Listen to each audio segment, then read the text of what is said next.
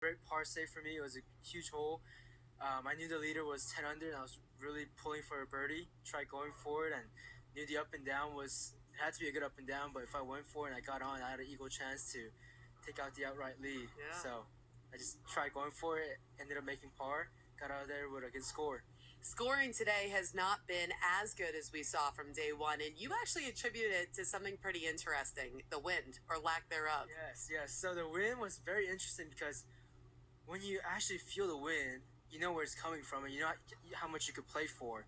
But when it kind of goes down and up, you're like, okay, like is it 2 yards? Is it no club? Or is it one club, half a club?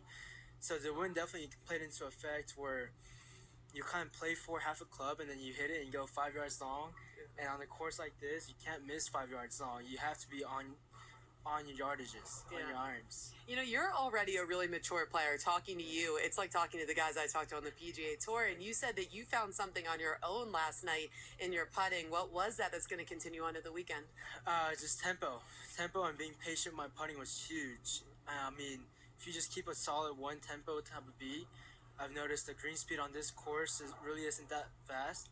So if you could just get your tempo down, you're going to be hitting a lot of putts close to the hole and give yourself a lot of opportunities to make birdies and pars. And you want to play golf boring.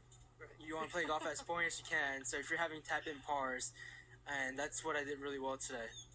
You know, I was asking you about what sport you're not good at because you still hold records from when you were 8 years old in swimming, butterfly freestyle. You said you were really good at speed skating. What's the one sport you're not good at?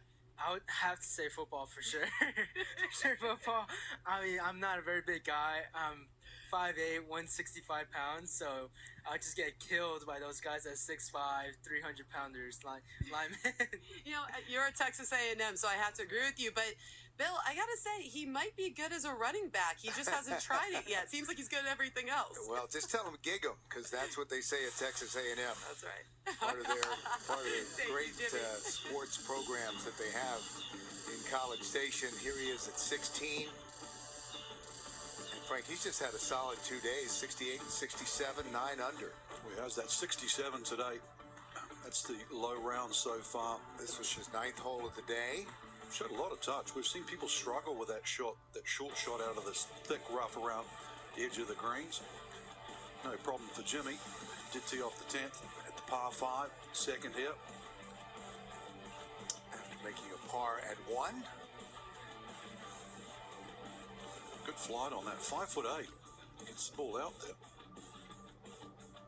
I don't like the guy though. What? Good at swimming, speed skating, good at everything. And then he should have been in trouble here. Remember, in trouble, played the 4th shot behind the hole. This was some par. Yeah, heck of a save. Kept the scorecard clean. Keep an eye on Jimmy for the weekend. And then at the 9th. There was 2 good shots. Just the birdie putt came up a little shy. Extremely good round of 67. Best of the day. Freshman back at Texas A&M playing in the Asia Pacific Amateur for the first time. And that was interesting talking about just keep it boring. Make those tap-ins for birdie and par. Why don't they use them for the swimming team as well? So within 1, Blake Windred, who finished up earlier today, joined us for a while, shot 71.